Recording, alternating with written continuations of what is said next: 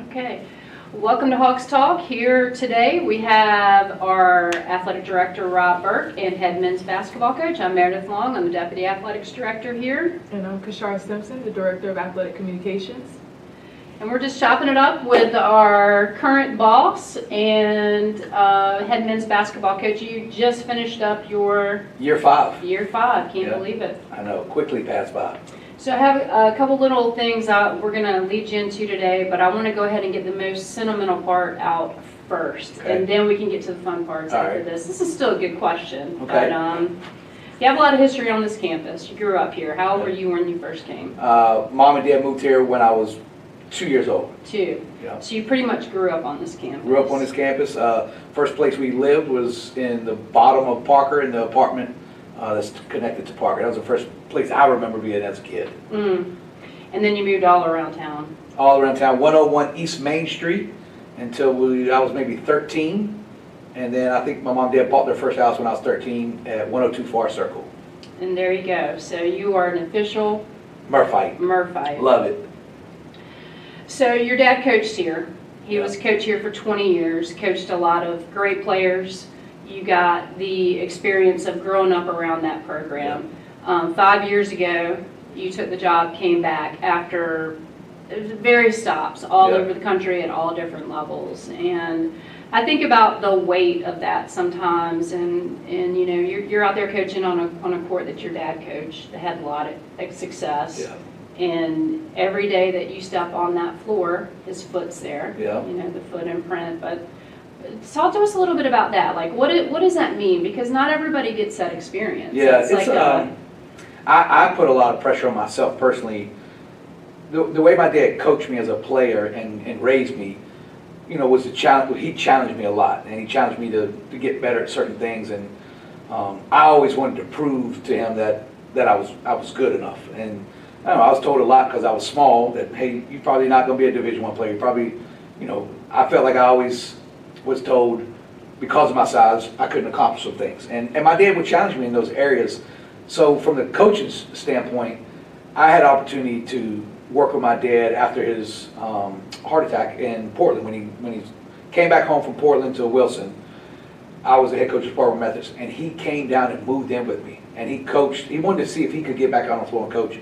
And just to see how good he was after that time in his life and see him watch the work that he did with my team, I really understood how good he was as a basketball coach. As I moved forward, I was like, hey man, I just got to go be me.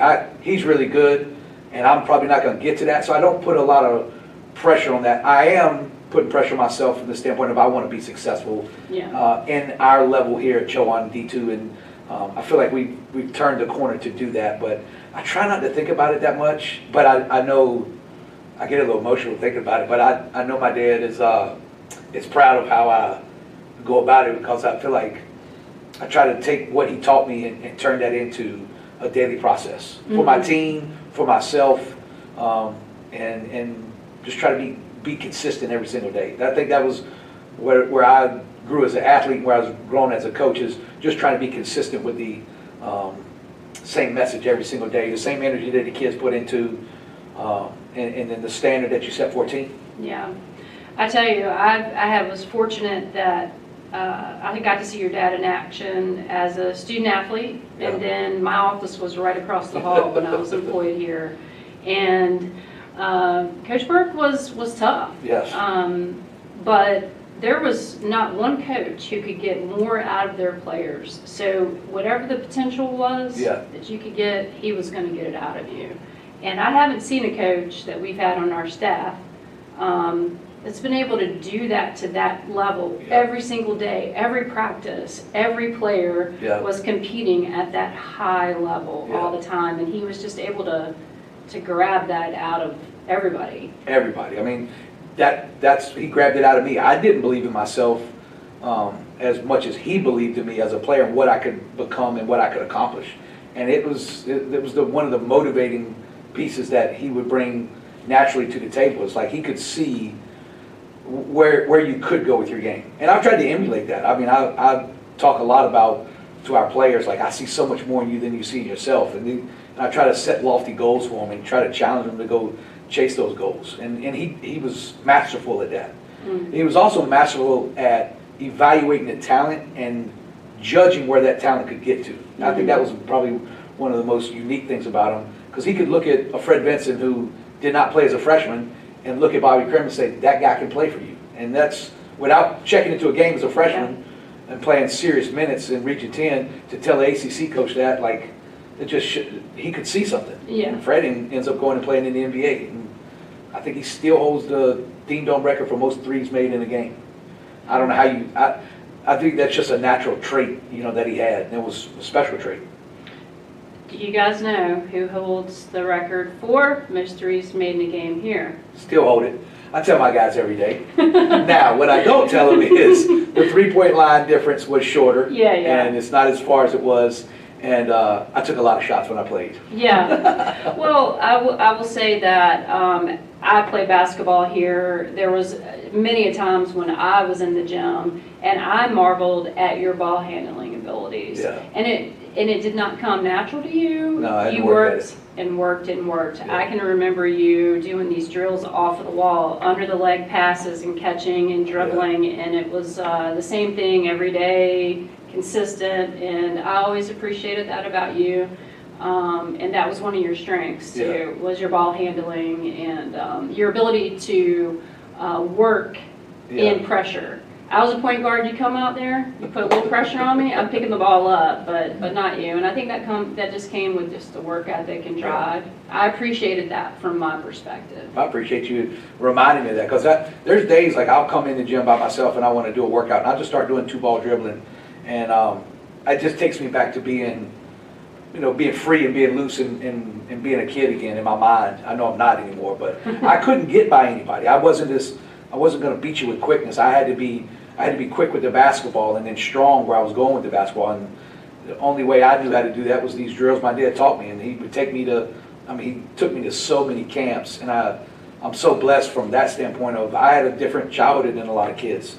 I was able to go to all these camps because my dad was working them and he'd throw me into camp. And, you know, as I got older, I got to 16, 17 years old. Now I start working in camp and I start demonstrating. And it was just, it was special. I still think about it. I still miss it to this day, of just getting in that black night in the middle of the summer and Dad driving me to Campbell, or drove me to Georgia Tech one summer, and I played outdoors for 2 straight weeks at Georgia Tech's basketball camp. And it's just, I was really, really blessed with that. But in those car rides is where he would challenge me and really try to get me to see how good I could be. And I was a little overweight growing up, and I was a little butterball, and you know, it took me a while to get that confidence. Yeah. Well, you certainly had a great career here, and that's another really unique facet to your career, is being coached here by your dad. Yeah. And I'm sure you have, I don't know that we have enough time for all the great stories that you could tell us, but one of the things that I think is transferable to today's climate in sports is you are still friends with the guys you played with. And not just friends, they're your best friends. Yeah, they are. And you see them here supporting you. When you got the job here, they were supporting you. When you were struggling at other places, they were supporting you. And they come back. And that's really cool to see. So tell me a little bit about that. Like, I think that's the camaraderie my dad brought us together as a team. I mean, you know, Jerry's from Florida, Tyrone McCrary's from Fayetteville, Rudy Crenchlow was from Newport News, Herman Spencer was from Plymouth, and we didn't know each other. And he brings us all together, and he pitted us together as a group to basically like prove to him that we were good. And that was a little bit of his philosophy. We went through so much, and there was no transfer portal back then. You weren't going anywhere. Like, you were here. And we all just stayed together, and we just spent so much time together that we just created this natural bond. And we challenged each other. We all were competitive. Probably Jerry being the most competitive, that drove the entire room. But it's just a great camaraderie amongst all of us. I mean, we got a Facebook thread going on now, and it just goes. I mean, you might see something, you might not speak for 3 weeks, and then somebody texts something in there, and it could go on for an hour. So, and I was lucky enough to coach Herman Spencer's son, Cameron Spencer, for the last 3 years. It's just a blessing to be able to do that. we just talked to Fernando Zuniga, our women's soccer coach, about planting those seeds, and that's what you're doing now. Yeah. I don't know that too many people are coached their teammate's child. I know. So that's pretty cool. You know, and it was an honor to do that, because Herman is one of my better friends, and also just a really good human being. And he's self-made. Nobody knows the work that he put in to make himself a really good basketball player. And I saw that. I got to see that. I got to see his career, what he's done in business, and he's just a self-made man. And that's what is special about Chowan to me, is you can come here and not have, you know, all these recruiting accolades or all this support behind you. You can get here, find this culture in this environment, and you can really prosper as a student athlete. Yeah, I mean, you've seen a ton of success all the stories time. come out of here, but it is really what you make of it. Yes. Yeah. So true. And I try not to take myself too serious, but I give our guys a hard time about, I don't want you to sweat the same sweat that I sweated, because that's a special type of sweat. Now, we say it in our locker room. The Chowan sweat's different. Getting up at 5:30 in the morning in Murfreesboro and working out is just different. Mm-hmm. And I try, and they buy into that. I mean, I see our guys and the camaraderie. I feel like I'm doing it the right way, and I'm hoping that they in 20 to 30 years will have that same experience that I get to have. Kashara has a unique perspective.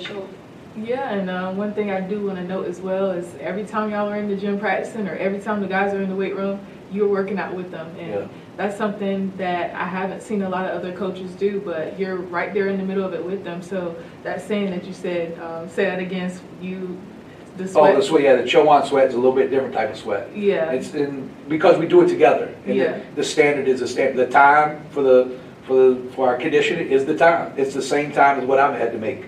It's the same time what I expect our guards to make. If I did it, I'm not going to ask you to do anything that I didn't do myself. Even on game days, like, of course they're in the game and they're sweating really hard, but you're sweating just as bad, coaching as hard as you can on the sideline. So it's just, really inspiring and really touching to see that you're putting in just as much work as you're asking for them to give you. I tell people this, I don't want to coach. This is the only thing that keeps me. I love playing. I miss playing pickup. I can't play anymore. I can't move like I used to. My feet, my knees. But I miss that challenge of competing. I love competition. And this is the closest thing I can get to being inside the basketball game. That's the only reason I coach. I've grown, I shouldn't say that, I've grown more to now lead and see the real life picture of athletics and how it affects you and how you go about your life. But I originally started coaching because that was the closest thing to keep me to playing. So I like it. I like coaching. I like sweating a little bit out there with the guys. I tell them all the time, I'm going to sweat with you. Like, I want to be in the fight with you. I want them to see that, I believe in what I'm teaching, because I'll go at it with them and really push the envelope with it. Right.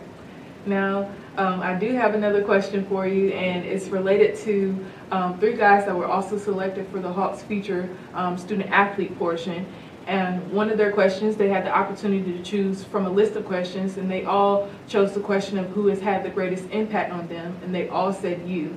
And they kind of just explained why that was, and the common theme was because you cared about them personally and you saw what they were able to do. And earlier you mentioned that you were a little hard on yourself in terms of coaching, but what does that mean to you to know that you're having an impact on the guys that you're bringing in and recruiting, and they feel like you're that person that can really pull the best out of them? Yeah, as I mentioned earlier, I've grown as a coach. Now that I've had my children both go, youngest in sophomore college, another one back in college now, I probably wasn't the greatest student here. I was so focused on being a really good athlete that I value the whole package. And I just have really bought into the philosophy as a coach of they don't care how much you know until they know how much you care.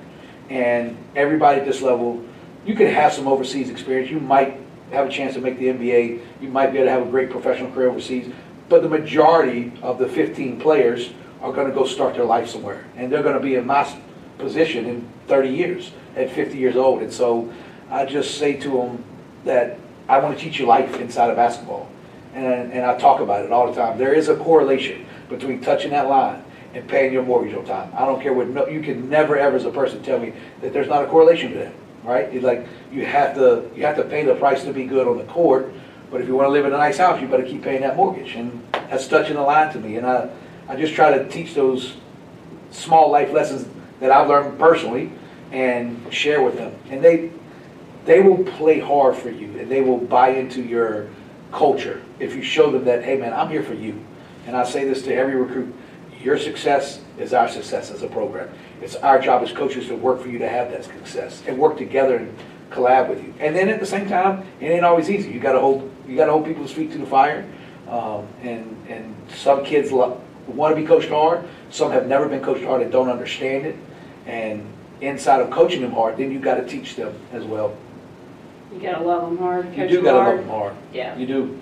I mean, I feel like I coached RJ hard. I feel like I coached Sheck harder than I coached RJ.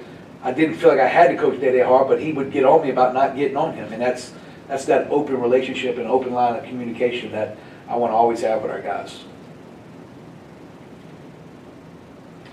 So, a lot of coaches on our staff over the years, I've been here a long time, and they have different philosophies that they bring with them on recruiting. You're one of these coaches that when you got here, you brought in some of these local talent kids. Talk to me about what that does for the program and the community. Yeah, we're doing it right now. So we've had 4 kids from the local area play for us. Dalen Askew's play for us. IP's playing for us currently. Jalen Hines just graduated from Bertie, and we have Calvin Roscoe from Bertie as well in our roster. I always felt like a kid, I shouldn't say a kid, as a high school student in this area, it was always under-recruited. And I listen to coaches all the time talk about, man, that's way out there. Eastern North Carolina's way out there. And I never look at it that way. Yeah. But a Charlotte coach is not going to get in the car and drive this way. But there is talent in this collective Eastern North Carolina area. I mean, I went to New Bern last week, and there's a basketball player that I want to sign in New Bern. I think he could be good for us. And those kids get overlooked a little bit. The Herbert County kids get overlooked. I just went recently to Bertie's team camp this past Tuesday, and I'm looking around, there's 8 or 9 local high schools, and myself and the Elizabeth City coach are the only 2 coaches there. And so I just want to be able to have this platform at Chowan to be able to find 1 or 2 of those kids to come here and be able to have success, because I think that's important. Because I always felt as a player at Herbert County, we didn't get any recruitment. We got overlooked. The coaches wouldn't come watch us play. And they will go to Norfolk. They will go to Chesapeake, and it's right up the road from us. But I always feel that way, and I'll never not have somebody locally. I mean, shoot, I left out Paul Whitby, and we got Bryce. Bryce is on our roster, for both kids being from Roanoke Rapids. So I just think that's important to have. And those parents they're coming to the game. No question. They're bringing their neighbors. So it's more people, more touch points for Chowan. Exactly. When they leave here, they're like, oh yeah, I was just with my neighbor and watching his son on the basketball court. And that's important for Chowan, just in the grand scheme of how we can impact this local community. When I say local community, I mean into Virginia, Eastern North Carolina, bottom of North Carolina, Burgall County, down in areas that kids might not want to go to NC State or East Carolina or Duke because it's too big. And we have this environment here, athletically and from a university standpoint, that I think is so impactful. Well, let's segue into that, like the small college atmosphere. So you're a product of it. Everybody in this room is a product of a small college campus. This one in particular. But so what does a small college campus do for a student athlete come to school here? I think you can create meaningful relationships inside your student body, classmates, and it creates these meaningful relationships with your professors that you're just not going to get in a class of 300 people sitting in a lab somewhere listening to a chemistry professor. Even if that chemistry professor is giving a lecture, it could be their teacher assistant because they're involved with a research project.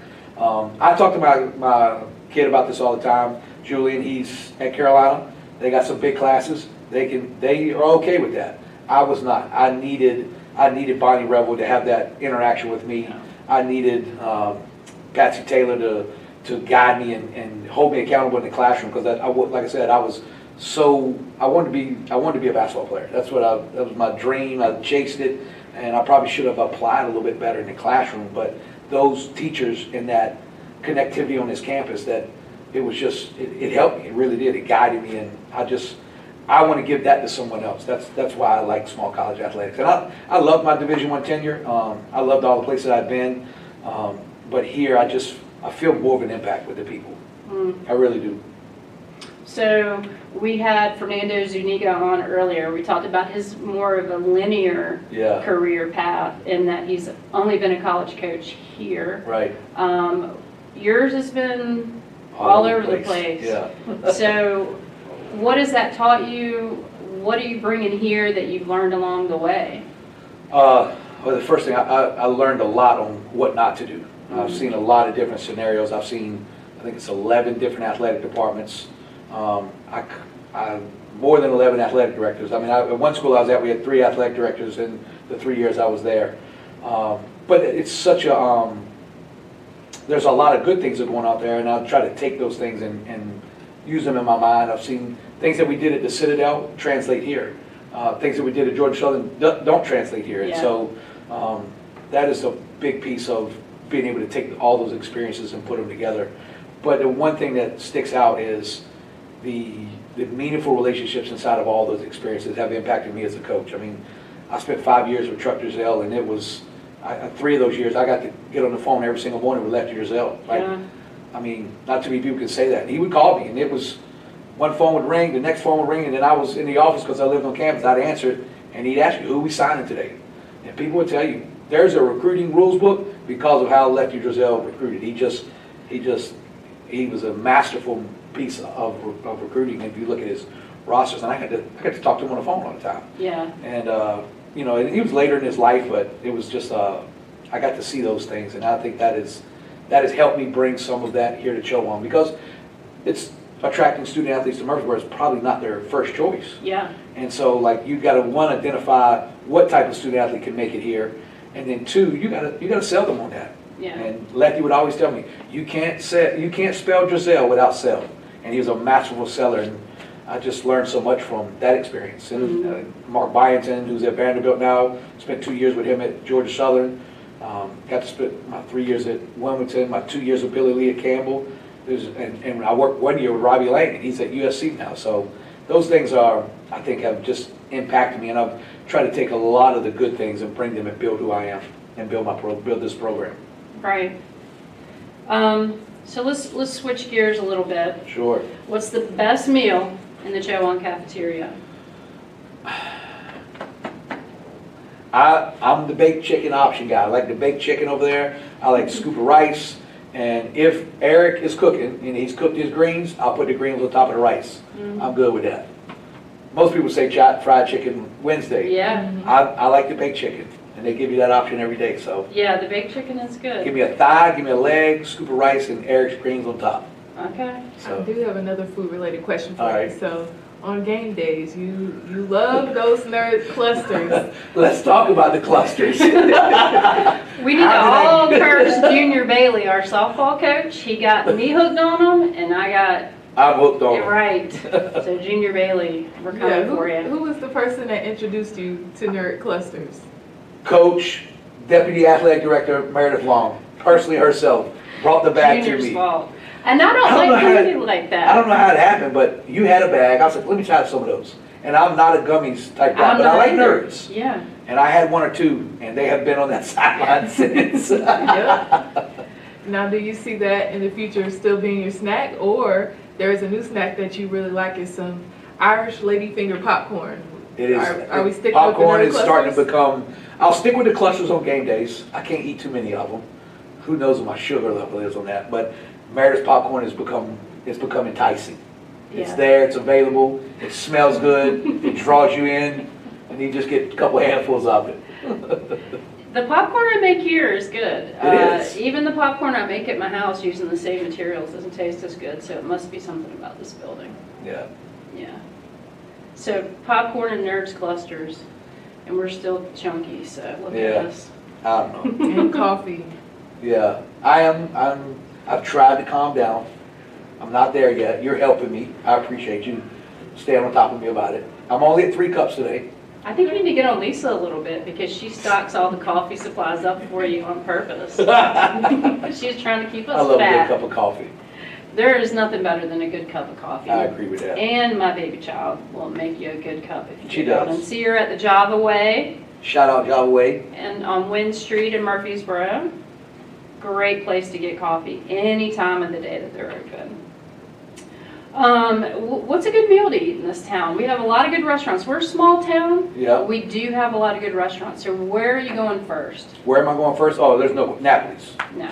I'm an original Big Tony, Little Tony guy. The family has taken over the business now. Has done an unbelievable job. We had Napoli's for dinner last night. Had a little leftovers today at lunch. I'm a meatball sub guy. I really like the meatball sub. The salad bar is back open. I like the salad bar. If I'm going to El Ranchero, I'm grabbing 2 shrimp lunchtime quesadillas. Yeah.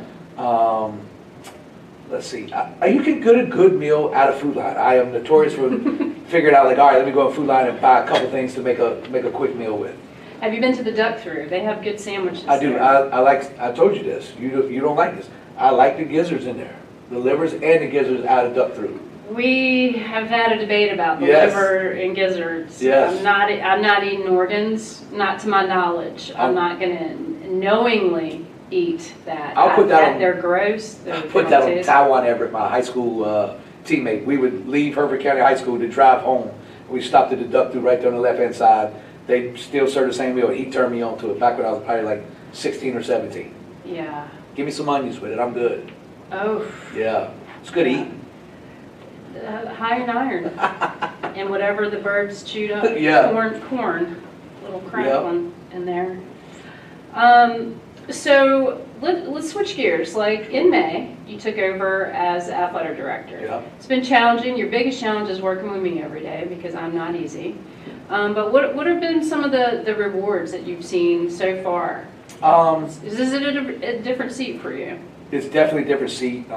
Like I've told you, I couldn't do this without you and being involved with you because of your experience. And, you know, we, both of us have just kind of been running. I wouldn't say I've seen a reward out of it. My eyes have been opened up to how big of an operation this is. As a coach, you don't get to see the inner workings of the entire operation. And now, I think we're at 2 months or 3 months. Yeah. Like opening the door to the scholarship budget, opening the door to the salary budget, opening the door to the overall operating budget, and really how much it takes to run an athletic department, the commitment it takes, the hours in your day that it takes, the thought that you have to put in. And it's just not thinking basketball, it's thinking big picture. That's been the biggest adjustment, and obviously I'm going to have to lean heavily on you to continue to help grow me there, and I think that's important. But it is a major operation. Yeah. It really is. It is you have a lot of things you have to think about when making a decision, and it could be a little decision, but it affects a lot of other different things. And it's going to be a great challenge, but you know, I wouldn't have done this without you. I told you that. I love spending time with Kashar, and hopefully she can learn something from me as an administrator. I could definitely learn something from her as a young person in this world growing up. Lisa's been amazing. I have no idea what was talked about in the insurance, but she knew what was going on, and I just nodded my head because she's done it so long. Yeah, you know, being able to spend time with Scott and get to know him, and it's just been an eye-opening experience. Really has. A lot of rules, a lot of regulations and policies, and things you don't think about as a coach because you've got your blinders on for your program, and those blinders have come off. And like I said, I've been to some pretty big institutions. Citadel was a big operation, but I didn't know anything that was going on in the athletic department. Now I see this, and I'm like, wow, this is just as big. It really is. In a lot of ways, yeah. So, what's your dream? If somebody said, if somebody came to you, if Mr. Carter won the Powerball and he came to you and he said, here's $25 million, I don't care what you do with it, what's Rob Burke going to do with that $25 million? That's a great question. Can I only use it for athletics? Yeah, this is just athletics. Just athletic money. Okay. I'm gonna go out there. I think the first thing I'm gonna do is I'm gonna gut the practice football field, softball, baseball, lacrosse area, and redo that whole top area. Yeah. That's the first thing. Finish the stadium over here, whether that's our football stadium or our soccer stadium or everything together. Yeah. And build some type of add-on to the Hawks Athletics Center that we can house more teams in locker room space. Redo our weight room for an upgrade. Redo our athletic training room. Have I run out of the money yet? Well, you forgot the most important place. Our Inside the gym. Inside the gym. What are we doing in there? I think there's a lot of, I've heard a lot of stuff. Maybe turning. I think turning would be turning the floor, creating a more of a oval type situation where maybe it's a track on the outside. Now the bleachers are coming in this way. I think we could play around with it a bunch of different ways, but yeah, we definitely come in here and redo it. New floor, new goals, new bleachers, new video boards. Oh yeah, that would be great. We're way It's fun past to dream. 25 million. Yeah, we're pretty close. We're up there. We'd have to get Mr. Carter to give us more of his Powerball winnings for that. Yeah, I think all those things are great, and the beauty of all that is like we've talked about them. Yeah. As a university administration, so maybe one day.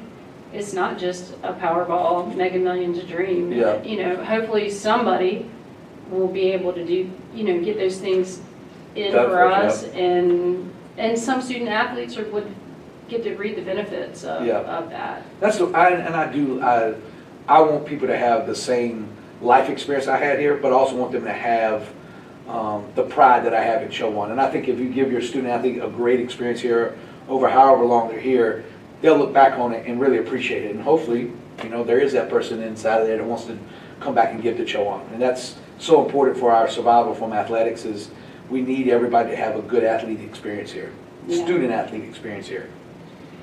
It's, as I say it all the time, when I was coaching and recruiting, it's really not where you are, it's who you're with. I told my children growing up, it's the people that are with you in the trenches and you're going through those early morning workowts that end up being your lifelong friends. And I still have my best friends from college here, and so do you, and so does everybody else. So you will learn this 15 years from now. You will appreciate what you went through when you were a student athlete here, and then your relationships with your classmates that are not athletes, but also your classmates that are your teammates as well. It will become a different feel. When you go to someone's wedding, when they have their first child, and you see that child grow up and they're 15, 16 years old, you're just going to be like, wow. You will look back on your experience here, and I think, I hope you feel that way when you're in your 50s. And I think that's what really sets Chowan apart, that a lot of people just don't get to know. Even the student athletes here don't get to know the intricacies of how everybody here is like interwoven. Yes. It's really strange. You and I knew each other when we were undergrads, and here we are today. Somebody left us in charge. I don't even know how that happened, but it's kind of scary if you were to look back. I know. I say that all the time. At us when we were 18 to 22. I tell my guys, I was like, hey man, there is nothing you try on this campus that I ain't already tried. When I lived here as a kid, and then when I came here as a student. Yeah. So. And it's fun to talk to people like Fernando, who went to school here, and he's just one success story. We have them everywhere. Lisa was a student here. Played soccer here. Now she's an assistant athletic director. I saw her grow up. She was our little softball manager. She's now integrated as a member of my family. Helping to raise my kids. Becoming a part of my blood family. Every time we go somewhere, Mark's always like, "Where's Lisa? Did you ask Lisa to go? She's our kid too," which she is. She is like our oldest child. And all of these little things that we have built here mean something. Kashara, as a graduate, I can remember when I knew this position was going to be open, I didn't want Kashara to leave, so it just happened to be. I wanted her to stay. And I saw the door open. I got her in my car. It was like, "Don't leave, here's a job for you." Here's the job. And she hadn't left yet, so. Which is a good thing. We're happy to have you here. Because it does take the pride of being a Chowan graduate to come back and pour back into our university. I see what Taylor's doing in our admissions. Obviously, Harry has moved over to development. And he's obviously a recent grad, but those two guys love Chowan. You love Chowan. I love Chowan. And our passion, we want to pour it back into the university. And I see that from you. I see that from so many people. I see that from Lisa. And it's just, it takes a lot of people like that to keep us going in the right direction. And again, to reiterate what you said, that makes us special. That separates us from everybody else. Mm-hmm. And we got to continue to sell that to young people who are looking for that type of atmosphere and family. And that makes a unique person. Mm-hmm. Now, you did say something to me the other day that kind of stuck with me. You said, this is why I coach, and you were explaining like the experience that you had with one of your players, and it kind of resonated with me because that's the reason why I kind of fell in love with this career path as well, and why I fell in love with working at Chowan was because I truly wanted to be the difference for the student athletes. So that was a really special moment, and it will forever stick with me. You saying that. It was it was before our tournament. The night before we're gonna play the first game. I think it's that Friday night, and we had a young man that just needed to sit down and talk and just get some things off his chest, and it refocused me as a man, first and foremost. That it's just a sport to him. It's just he's having fun playing college basketball. It's something he likes to do. But he had real life scenarios going on that he needed some just get off his chest and have some direction. And I couldn't tell you that I answered all the questions, but we just openly talked, and I bet it went on for, I mean, it was 1:30, and what we played the next morning, 11 a.m., and we just ended up having this moment together, this time together. And when he walked out of the room, I just knew, like, I was like, I'm in the right place. I'm here for a reason. I can't tell you how I got here, how it all unfolded, but I'm here for the right reasons. And that that's half the salary right there. Like that emboldens me to continue to stay here and do what we're doing, because there's more kids like him. So it's important, I think, too, because we get so caught up in the day-to-day monotony, the draining activities, that we forget about those moments. And so it's important that we try to hang what we can on those linchpins, because that is why we are very blessed to get to do what we do and to work and have this. I mean, we get to be around sports and play sports. I know, right? Yeah. It doesn't even seem fair. Like other people out doing brain surgery and, you know, but we get to do this. Yeah. And sometimes I think we take ourselves a little too seriously. But it's important we remember moments like that, because we do have the opportunity. It happened to me back at Spartanburg Methodist with a young man by the name of Vernon Taylor.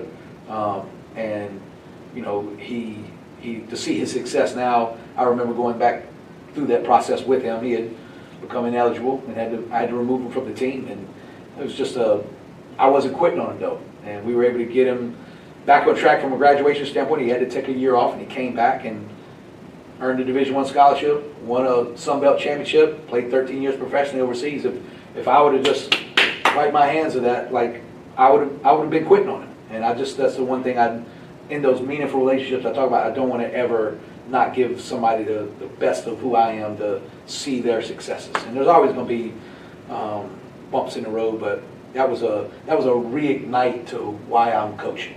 You know, just listening and spending that time with that young man that evening. When coaches are struggling, I can't tell you how many times I have worked with coaches as an administrator and said, you know, how you treat these kids is going to come back to you. It will. And how many weddings do you want to be invited to? Like, because you're not going to get invited to their wedding if you keep treating them like this. So always try to tell the coaches. Yeah. Remember, if you want to get invited to their wedding, you got to think about how they are, who they are as a person, and how they're treated. I've been lucky enough to be in multiple weddings since involved in this coaching business, and that's been from every single school that I've been at. I've been to Devontae Kaycock's wedding, went to Skylar's wedding. It's just been a lot of different people that have been a part of my life and my family's life as well. This is a family operation. This is a family business. I want my guys at my house. I want them around my kids. My wife knows that it's an open door policy, and that sometimes is it's tough on a family, you know. And this job, doing it both ways, is going to draw me in different areas and use up more of my time. But I just think having my doors open at my home to everything is important in this whole process. I agree with that part. So we're going to shift gears, get a little bit off of that sentimental stuff, and just talk about how Division I just laid the groundwork. Where everybody's been talking about in NCAA is the 5th year, the clock starting when you're 19. How long do you think we have before it hits Division II? And as a coach, are you excited about that? As an administrator, do you know what that means? I don't know if I totally know the whole impact from an administrator standpoint. As a coaching standpoint, the one thing that's going to be different about Division I and Division II is Division I has put this age restriction on it. And successful Division II athletics has been a semester's count, because we've been able to help people that maybe have gone Division I and academically or socially or just in general from a program, we're not ready to compete at that level. And they are able to come down a notch. And I shouldn't say come down a notch, because there's a lot of D2 programs that are probably better than some Division Is. But they're able to come to a Division II, and because of the 8 semesters played in 10 and no restriction on your age inside there, there's been a lot of people find ways to be successful. And I think that needs to stay the same. I am okay with a 5th year, and here's why. We've uninvested in public education. Coaches at the high school level are not getting paid, so they're not giving you the effort. They're doing multiple things. They're teaching. They are not able to teach the student athlete the way I was taught in high school and coached in high school. It is a totally different environment now. And those kids are not ready to walk across the stage into a freshman year and be an impact player. Can they be a part of a team? Yes. Can they be a part of the program? But they're not ready. They need another year. And that's another thing about Division II is I love that we're keeping the gap era, the prep school 1 year piece. That is going to be huge, because the continuous development. It's hard to be good at sports. It's hard to be good at any sport, and you need to work at it. And it takes 10,000 hours to put that type of work in over a collective body of work. And that extra year is just you're gonna see. Hopefully, we can get the transfer piece under control, so we're not just bouncing around from school to school with those 5 years. But I think you're going to see some more outstanding student athletes all across the board, because you really probably don't hit your stride until you're 19, 20, 21, and they're going to be in their sophomore, junior year when that happens. So I like it. I'll fight the age piece off a little bit, because I just think everybody's path is totally different. Yeah. We give Division II. Division II gives athletes a chance to take that different path. Yeah, and there's a lot of other things. Yeah. There's got to be exemptions to military service, no question, or service that you're required to do for certain religious service. Yeah. But there's got to be some exemptions there. So it'll be interesting to see how it trickles down to Division II and what comes with that. I'll say this, just knowing the Division I, and I'll speak just on the basketball side of things, but they have a mess up there with how they're paying the players and how they're controlling and what's going on behind the scenes. We don't have that problem here. Yeah.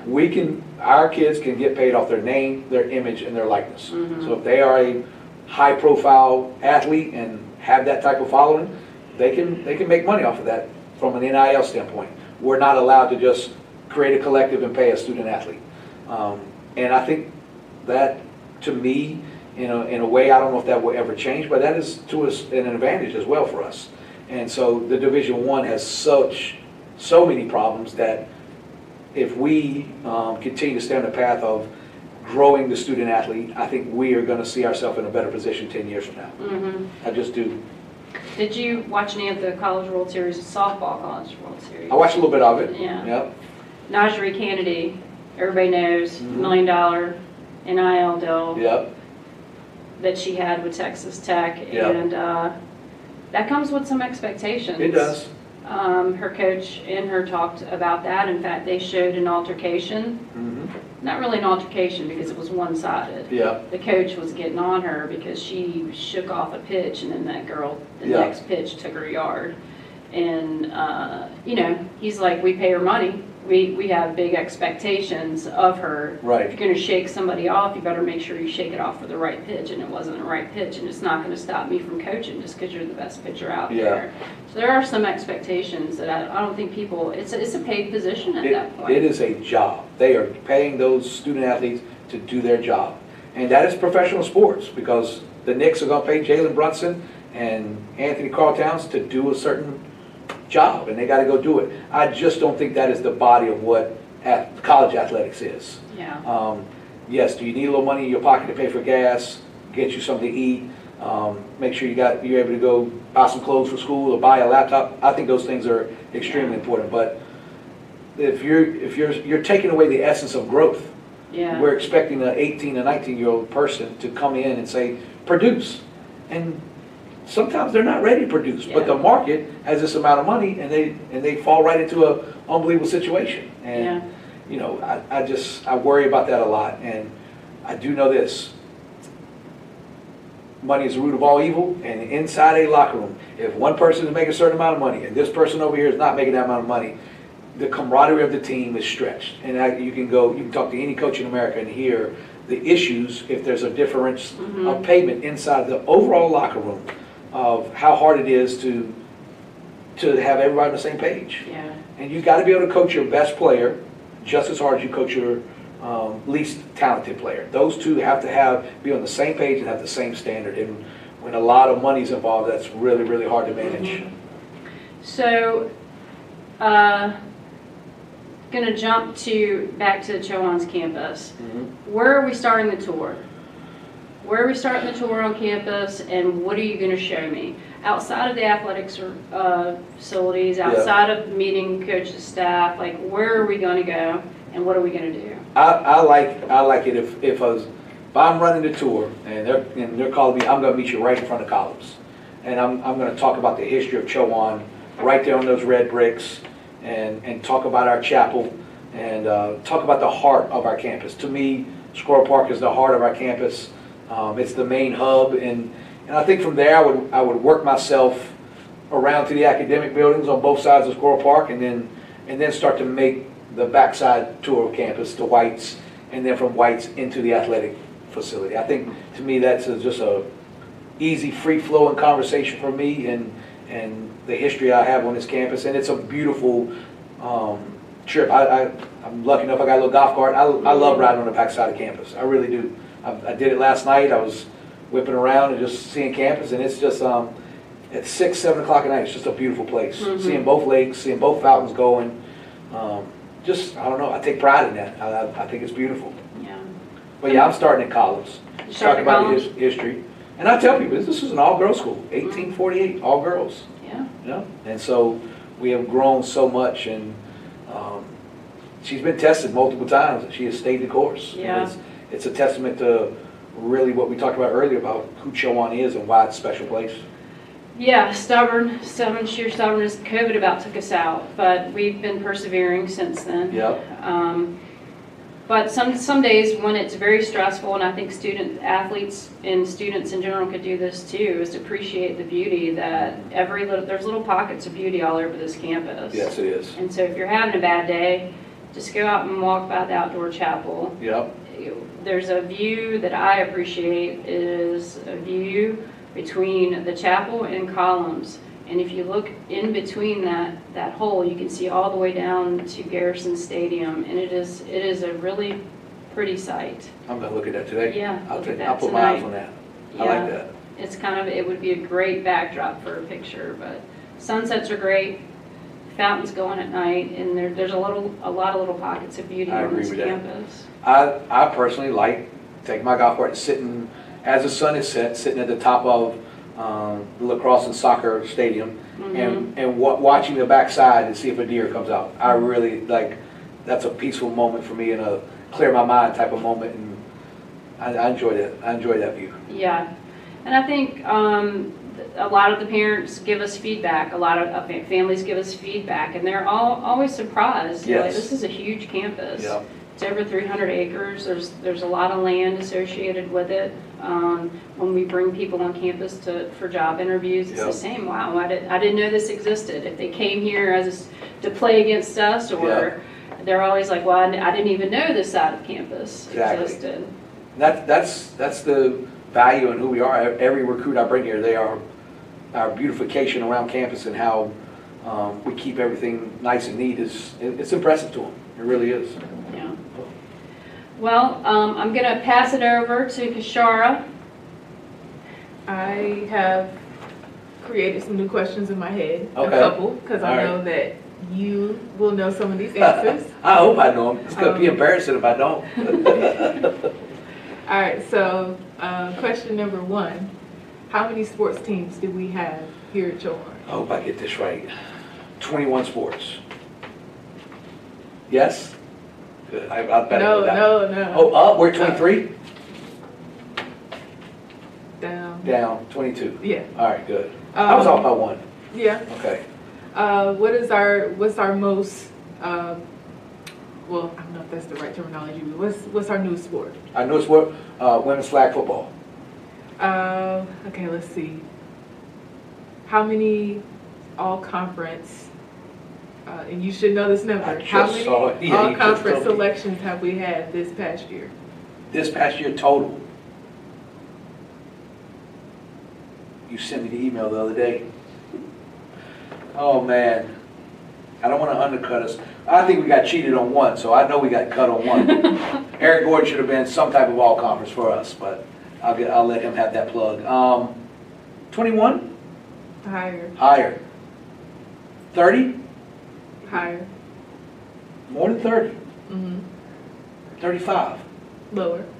So 33. Yes. Mm-hmm. That's great. 33 exactly. That's big time. Yep. Of course, we had a couple swimmers who Right. are, well, what's the right terminology for swimming? Multiple all-conference selections Yeah. based on the events. I thought you were going to ask me the overall all-conference number downstairs because I just saw them They put did it just, out. what are those numbers? They did just update.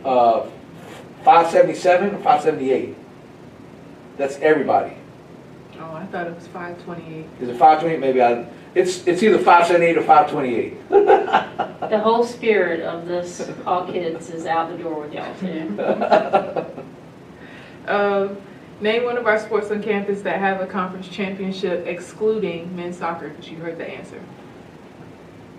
That have a conference championship excluding soccer. Mm-hmm. Volleyball has a conference championship in the CIAA. Yeah, several. Several. And this one's an easy one. What is the name of our mascot? Murph. Got it. Which What are our official school colors? Royal blue and white. Okay, just checking. I better know that one too, right? Oh, I did have one more for you. All right. Name 5 of our game day sponsors, or 5 of our sponsors. All right. And you said a couple when you were talking about El Ranchero, Napoli's, Subway. Is Food Line a game day sponsor? No. Food Line, we got to get y'all on board, man. McDonald's. No. No? McDonald's. Stitch count, stitch count. You just talked about one of these. It was an old grocery store. Old grocery store? Players of the week. Ace Hardware. Yeah. Yeah, Ace Hardware. I got some work to do. Mhm. I gotta tighten up my trivia, overall trivia. Your sponsorship knowledge needs to increase. Yeah, my basketball blinders have had to come off Yeah. because I have been dialed in on the hoops and I got some work to do. But I wouldn't be able to do it without both of y'all. Well, we appreciate you coming on today. Thank you. Thanks for the chat, and we look forward to hosting you again, and other coaches and staff members come on with us and chat it up and give us a little bit of a hawk talk. And maybe we'll come up with some better and newer questions